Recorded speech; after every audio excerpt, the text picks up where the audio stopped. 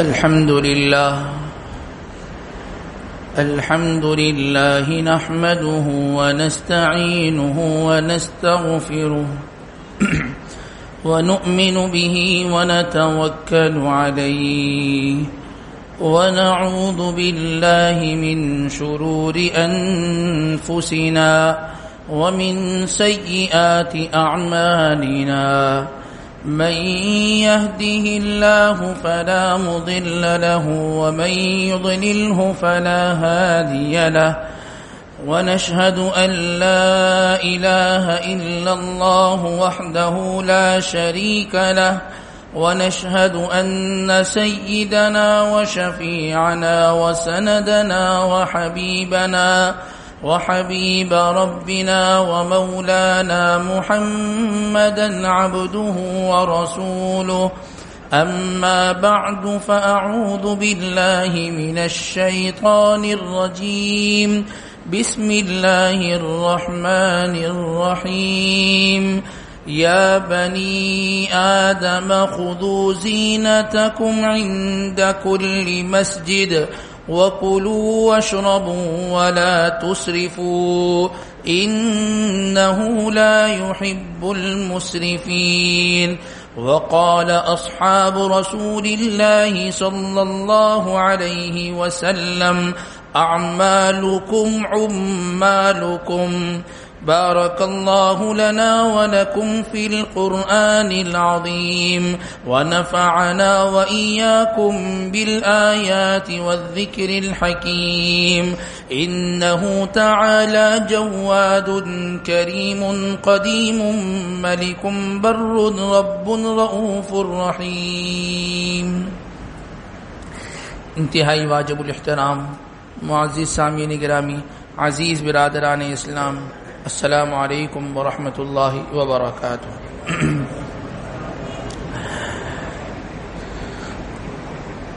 اس جمعے انشاءاللہ ہم دور حاضر میں جو ایک مہنگائی کا طوفان ہے، اس طوفان کی وجوہات اور اس سے نکلنے کا راستہ اور ہمیں کن اعمال کو اختیار کرنا چاہیے، انشاءاللہ اس پر تھوڑی دیر گفتگو کریں گے.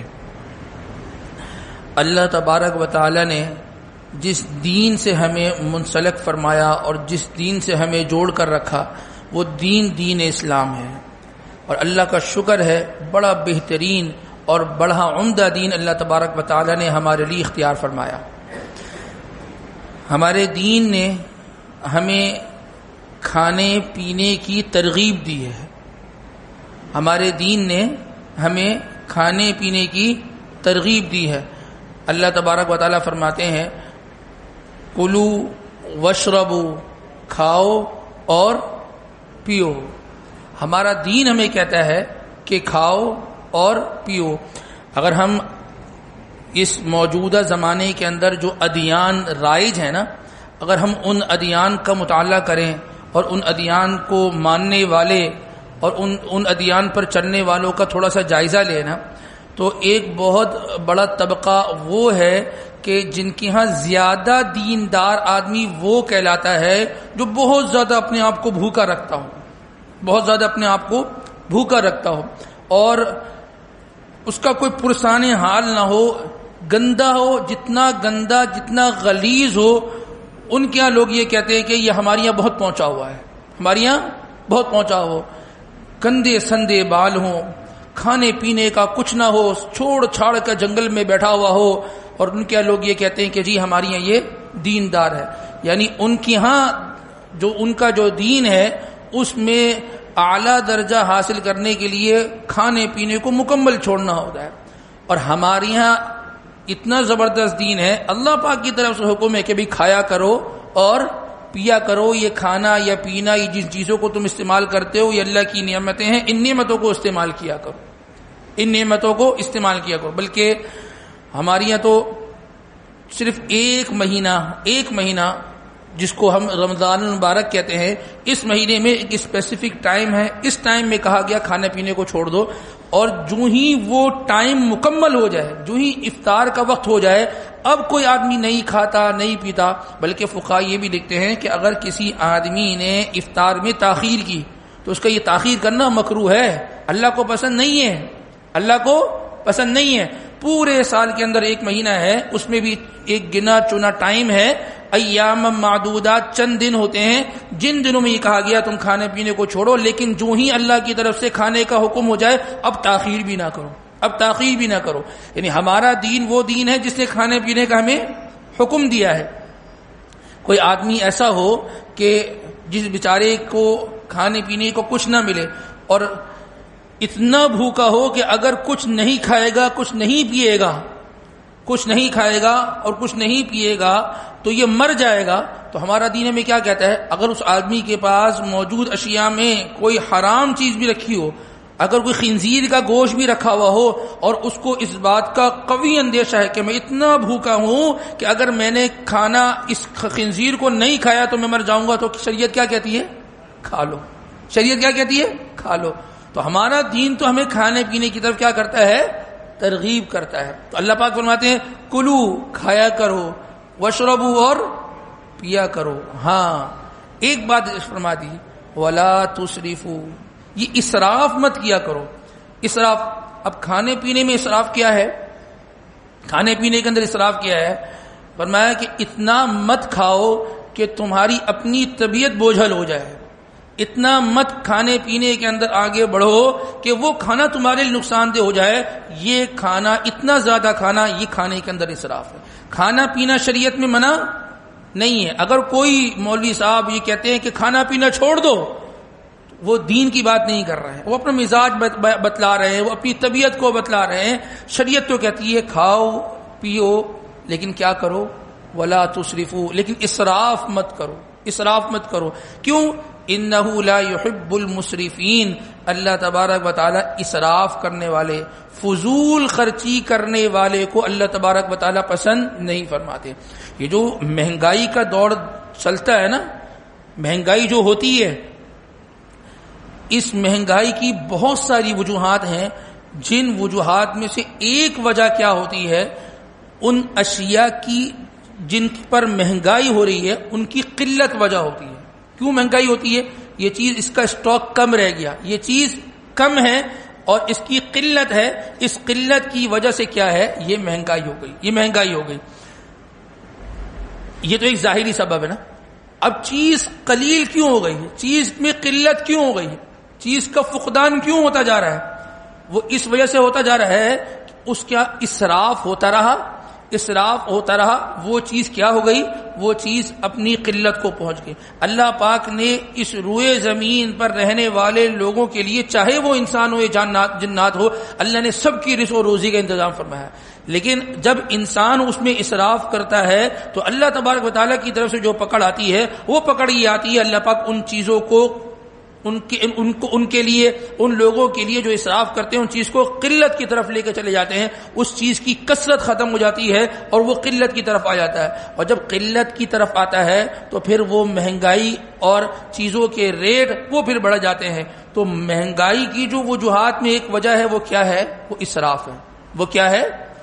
ہم شادی بیاہوں میں جاتے ہیں نا، شادی بیاہوں میں جاتے ہیں، ہم دیکھتے ہیں بوفا سسٹم لگا ہوتا ہے، جیسی کھانا کھولتا ہے ہر بندہ جاتا ہے اور ہر بندہ اپنے لیے اپنی مرضی سے کھانا پینا نکال کر لے کر آتا ہے، اور جب ہم کھا لیتے ہیں نا، اصل میں چونکہ بھوک لگی ہوتی ہے اور ہماری طبیعت ایسی بن گئی ہے، ہمیں کھانا ایک پلیٹ ہوتا ہے، ہم اتنا نکال کے لے آتے ہیں کہ وہ رکھا رہ جاتا ہے۔ جب کھانا کھا کے فارغ ہوتے ہیں نا تو ہماری وہ ٹیبل کا حال دیکھا جائے، ہم نے اتنا کھایا نہیں ہوتا جتنا بچا ہوا ہوتا ہے، ہم نے اتنا کھایا نہیں ہوتا جتنا بچا ہوا ہوتا ہے۔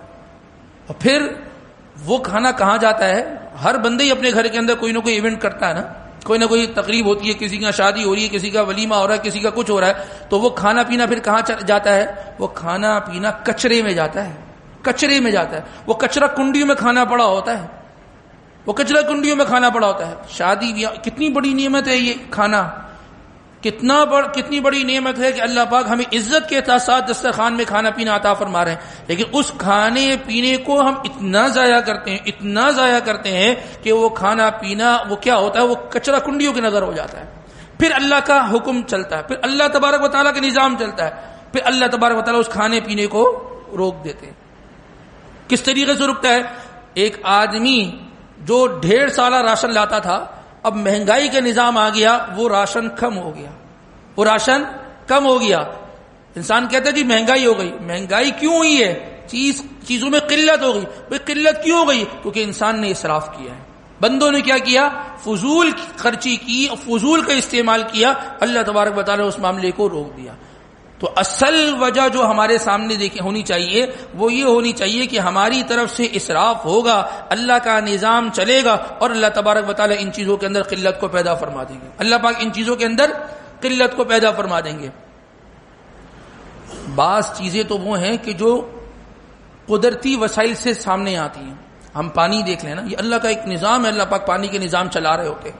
ٹھیک ہے جی، یہ گیس کا نظام، یہ گیس کہاں سے؟ یہ زمینوں سے یہ گیس نکل رہی ہے، اور جو ہے نا اس کو استعمال کیا جا رہا ہوتا ہے. آج ہماری یہاں حال دیکھیں نا، پانی اس کی شارٹیج، مہینوں پانی نہیں آ رہا ہوتا، 10 دن پانی نہیں آ رہا ہوتا. کیوں نہیں آ رہا؟ کہاں چلا گیا پانی؟ ہے نہیں کیا ہے؟ بہہ رہا ہے، تمہارے نصیب میں نہیں ہے. بہہ رہا ہے پانی، پائپ لائنیں پھٹی ہوئی ہیں، تمہارے نصیب میں پانی نہیں ہے. ہمارے نصیب میں پانی کیوں نہیں ہے؟ کیونکہ ہم نے اس کے اندر اسراف کا معاملہ کیا. ہم اسی محلے گلیوں میں رہتے ہیں نا، لوگوں کے گھروں سے گھنٹوں پانی بہ رہا ہوتا ہے، ہوش ہی نہیں ہوتا، گھنٹوں بہ رہا ہوتا ہے. ہم یہی وضو کرنے کے لیے بیٹھتے ہیں، وہ نل کھولتے ہیں، اور نل کھول کے جو پانی اتنے پانی سے ہم جو ہے وہ وضو کر رہے ہوتے ہیں کہ جتنے پانی سے 3 آدمی وضو کر لیں. ایک اکیلا آدمی اتنا وضو کر رہا ہوتا ہے، اتنا آدمی وضو کر رہا ہوتا ہے اس پانی سے. یہ کیا ہے؟ حضرت سعد رضی اللہ عنہ وضو فرما رہے تھے. کہاں وضو فرما رہے تھے؟ دریا کے، نہر کے کنارے بیٹھ کے وضو کر رہے تھے. تو آپ صلی اللہ علیہ وسلم فرمایا کہ اے سعد، اسراف مت کرنا. فرمایا اللہ کے نبی وضو میں بھی اسراف ہوتا ہے؟ فرمایا کہ ہاں، وَلَوْ كُنْتَ عَلَى نَهْرٍ جَارٍ، اگرچہ تم نہر کے کنارے بیٹھ کر، ایک سمندر کے کنارے بیٹھ کر وضو کر رہے ہو، تو بس جتنا پانی ضرورت ہو اتنا پانی استعمال کرنا. آپ صلی اللہ علیہ وسلم وضو فرماتے تھے؟ نہیں وضو فرماتے تھے. آپ وضو میں جو پانی استعمال فرماتے تھے وہ کتنا پانی ہوتا تھا؟ 1 مد، جس کو کہتے ہیں 1 مد، 1 سیر. ہم کچھ عرصے پہلے بیان میں وہ جو پیمانہ تھا وہ لے کر بھی آیا تھا، ہم نے دکھایا تھا. تقریباً اتنا بڑا وہ ایک گلاس ٹائپ ہوتا ہے، 1 مد. اتنے پانی سے آپ وضو فرمایا کرتے تھے. اتنے پانی سے کیوں یہ تعلیم دی؟ کہ آپ صلی اللہ علیہ وسلم کیا خوب پانی بھر کے وضو میں استعمال نہیں کر سکتے تھے نا؟ کس کو تعلیم دینا مقصود تھا؟ امت کو. وضو ایسا وضو ہوتا ہے کہ وہ غسل ہوتا ہے. ہمارے سارے کپڑے بھیگ جاتے ہیں. یہ وضو کر رہے ہیں سنت کے مطابق. کیا صرف اعمال اختیار کرنے میں ہی سنت ہے؟ یہ پانی کی مقدار استعمال کرنے میں بھی سنت ہونی چاہیے. بھئی 3 مرتبہ کلی کیوں کر رہے ہو؟ سنت ہے جی. ناک میں پانی کیوں ڈال رہے ہو؟ جی سنت ہے. چہرے کو 3 مرتبہ کیوں دھو رہے ہو؟ جی سنت ہے. پورے سر کا مسح کیوں کر رہے ہو؟ جی سنت ہے. اور جو یہ ساری سنتیں یاد ہیں، پانی کتنا استعمال کرنا ہے اس سنت کا یاد نہیں ہے. یہ سنت یاد نہیں ہے. 1 مد آپ استعمال فرماتے تھے، جس کو 1 سیر کہتے ہیں. اور آپ صلی اللہ علیہ وسلم غسل کے اندر کتنا؟ 1 سا، 3.5 سیر بنتا ہے، 3.5 سیر بنتا ہے. آپ علیہ السلام اتنا پانی آپ غسل میں استعمال فرمایا کرتے ہیں. اور یہ ہم سب کر سکتے ہیں. کبھی پانی کی شارٹیج ہوتی ہے نا، جب پانی نہیں آ رہا ہوتا تو ہمارے یہاں لوگ 1 بوتل سے وضو آرام سے، چھوٹی والی بوتل سے کر لیتے ہیں. پانی نہیں آ رہا، کیا کرنا ہے بھائی؟ اس کا مطلب ہے ہم کر سکتے ہیں. ہمارے لیے کی چیز ناممکن نہیں ہے، لیکن ہم اس میں اسراف کے عادی ہیں. ہم اس کے اندر اسراف کے عادی ہیں. ابھی سردیاں گزری، ہم نے یہ بات ذکر بھی کی تھی، سب گیس گیزر استعمال کرتے نہیں کرتے. گیزر جب بھی جس گھر میں لگا ہوتا ہے، فوراً نل کھولتے ہی پانی گرم نہیں آتا. پہلے کون سا پانی آتا ہے؟ ٹھنڈا. پھر اس کے بعد کیا آتا ہے؟ ایک بڑی تعداد میں لوگ ہمارے یہاں وہ ہیں چاہے مرد ہو یا خواتین ہو، پہلے پانی کھول دیتے ہیں، وہ ٹھنڈا پانی بہہ رہا ہوتا ہے، ارادتاً اس پانی کو ضائع کیا جاتا ہے، اس کے بعد پھر جو گرم پانی آتا ہے اس کو استعمال کر رہا ہوتا ہوں. اس کو یہ کیا ہے بھائی؟ ٹھیک ہے مجھے سردی لگتی ہے، میں کسی ایک بالٹی میں، ایک کسی ٹب میں اس ٹھنڈے پانی کو جمع کر لوں. کیا واش روم نہیں دھلتا؟ کیا گھر کے اندر اور پانی ایسی چیزوں میں استعمال نہیں ہوتا جہاں پہ ٹھنڈا بھی استعمال کرے تو کوئی حرج کی بات نہیں ہے؟ لیکن کون کرے اتنی ہمت؟ کون کرے؟ ہمیں ہر چیز تیار چاہیے. اتنی مشقتوں میں ہم پڑھتے نہیں ہیں، اتنی مشقتوں میں ہمیں پڑھنے کی عادت نہیں ہے. پھر یہی پانی جب اس کی قلت ہو جاتی ہے، یہی پانی جب آدمی خرید کر ٹینکروں کے ذریعے سے استعمال کر رہا ہوتا ہے، اس پر اس کی قدر ہوتی. او ہو واقعی پانی تو پانی ہے. پانی تو یہ کیوں ہوا؟ یہ اسراف کی وجہ سے ہوا، یہ اسراف کی وجہ سے ہوا. اس شہر کراچی میں، اس ملک پاکستان میں اتنی گیس کے ذخائر اور اتنی گیس وافر مقدار میں، آج کیا حال ہے ہمارا؟ آج کیا حال ہے؟ جہاں پر 24 گھنٹے گیس ہوا کرتی تھی، آج 24 گھنٹوں میں چند گھنٹے جو گیس ہے. کیا وجوہات ہے؟ کھلا استعمال ہوا کرتا. شیخ الاسلام مفتی محمد تقی عثمانی صاحب نے عجیب بات لکھی ہے، فرمایا کہ میں نے ایسے لوگوں کو دیکھا اور اپنی آنکھوں سے دیکھا کہ جو کھانا بنانے کے بعد جن کے یہاں کھانا بنتا اور چولہا کھلا رہتا تھا، ان سے کہا جاتا ہے اس کو بند کر دو. کہتے کون جلائے گا؟ چولہا جلانے کے لیے کیا استعمال کرنا پڑتا ہے؟ ایک تیلی ماچس کون جلائے؟ جلنے دو. استعمال ہو رہا ہے. یہ کیا تھا؟ یہ اسراف تھا نا. اب اچھا لگتا ہے ہر بندہ سلنڈر اٹھائے گھوم رہا ہوتا ہے اور سلنڈر میں گیس بھر کے لاتا ہے، گھر میں اس کو استعمال کر رہا ہوتا ہے. یہ اللہ کی نعمتوں کی ناقدری تھی. یہ کہہ دینا جی مہنگائی ہو گئی اور سارا کا سارا بوجھ ڈال دیا کس پر؟ حکمرانوں پر، کہ جی حکمرانوں نے مہنگائی کر دی ہے. سارا قصور ادھر بھی نہ انسان پھینکے، کچھ انسان کا بھی قصور تھا، کچھ میری اور آپ کی بھی غلطیاں تھیں، کچھ ہم سے بھی کوتاہیاں ہوئی ہیں جن کا خمیازہ ہم سب بھگت رہے ہیں. حضرت حسن بصری رحمۃ اللہ علیہ فرماتے ہیں کہ ان کے سامنے ایک شخص بیٹھ کر حجاج ابن یوسف جو گورنر تھا، حاکم تھا، اس کو برا بھلا کہنے لگا اور کہنے لگا اللہ اس کو موت دے دے، اللہ اس کو یہ کر دے وہ کر دے. تو انہوں نے اس بندے سے پوچھا کہ بھی کیا وجہ ہے کہ آپ اس کے بارے میں، حجاج کے بارے میں اتنی بددعائیں دے رہے ہیں اور آپ اس کو اتنا برا بھلا کہہ رہے ہیں؟ اس نے کہا کہ اس نے ہمارے ساتھ یہ کر دیا اور ہمارے ساتھ وہ کر دیا.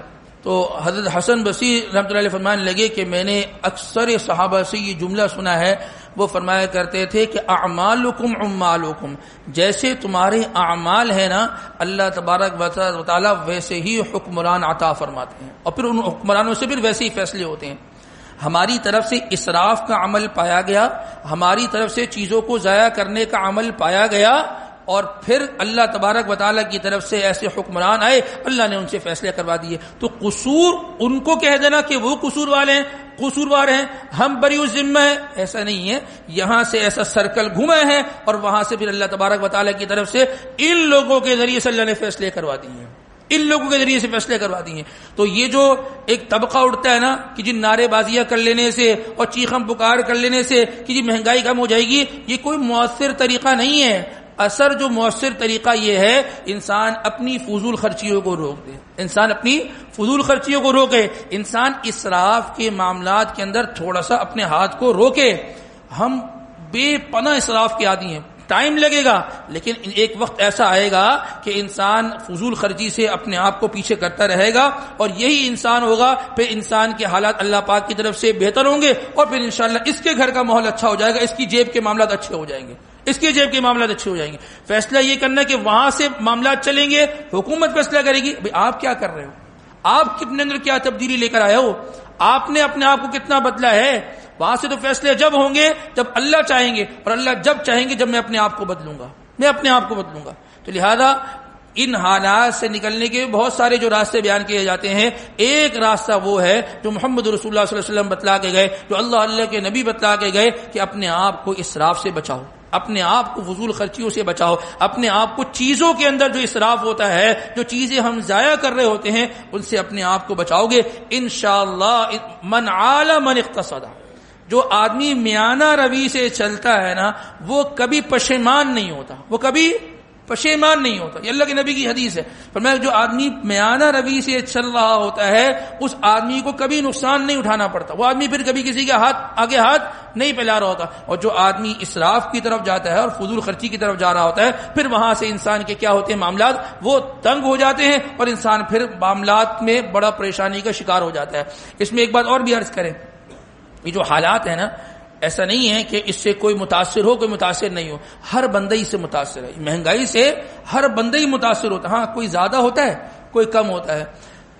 اس میں جو کرنے کا کام ہمارا ہے وہ ایک کام یہ کرنے کا ہے کہ ہم جانتے ہیں کہ ہمارے معاشرے کے اندر بہت سارے لوگ ایسے ہیں کہ جو بہت نچلے طبقے سے تعلق رکھتے ہیں, بہت زیادہ ان پر بہت زیادہ اس کا اثر پڑتا ہے. کیا ہی اچھا ہو, کیا ہی عمدہ معاملہ ہو کہ انسان اپنے ان مال جو کماتا ہے اس مال میں سے ان لوگوں کا حصہ مقرر کرے کہ جن کے حالات بہت زیادہ خراب ہوں. اگر میں کسی کے گھر کے دسترخوان کی فکر کروں گا, اللہ پاک میرے دسترخوان کو کبھی خالی نہیں کریں گے. اللہ پاک میرے دسترخوان کو کبھی خالی نہیں کریں گے. آپ علیہ السلام نے ہمیں یہ تعلیم دی ہے کہ جو آدمی اللہ کی راہ میں مال کو خرچ کرے گا اللہ پاک اس کی رزق اور روزی میں برکت عطا فرمائیں گے.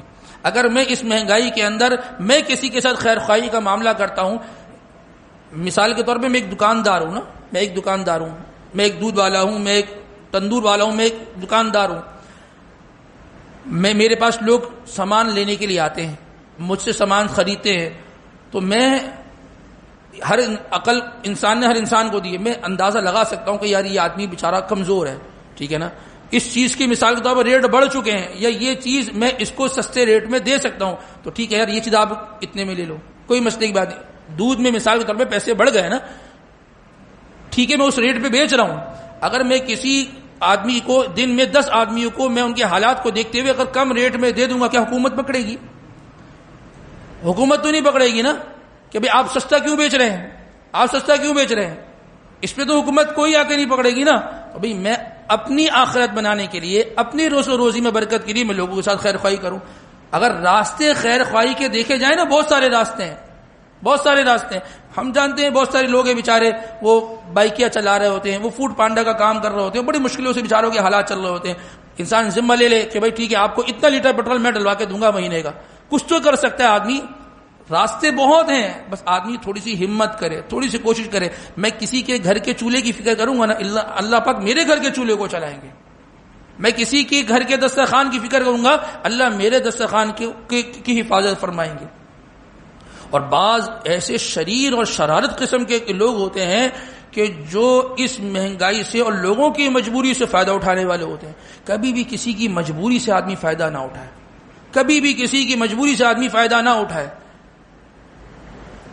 ہم نے کہا مہنگائی کا اثر بہت سارے لوگوں پہ پڑتا ہے, لیکن بعضوں پر بہت مختصر سا اثر پڑتا ہے اور بعضوں پہ زیادہ پڑتا ہے. ایک آدمی کو مہنگائی سے زیادہ اثر نہیں پڑا, لیکن چونکہ ایک وبا پھیلی ہوئی ہے, اس نے کہا ہر چیز ہر بندہ ہی اپنے ریٹ بڑھا رہا ہے, تو اس بہتی گنگا کے اندر میں بھی ہاتھ دھو لوں, چلو میں بھی کما لوں, میں بھی لوٹ مار مچا دوں.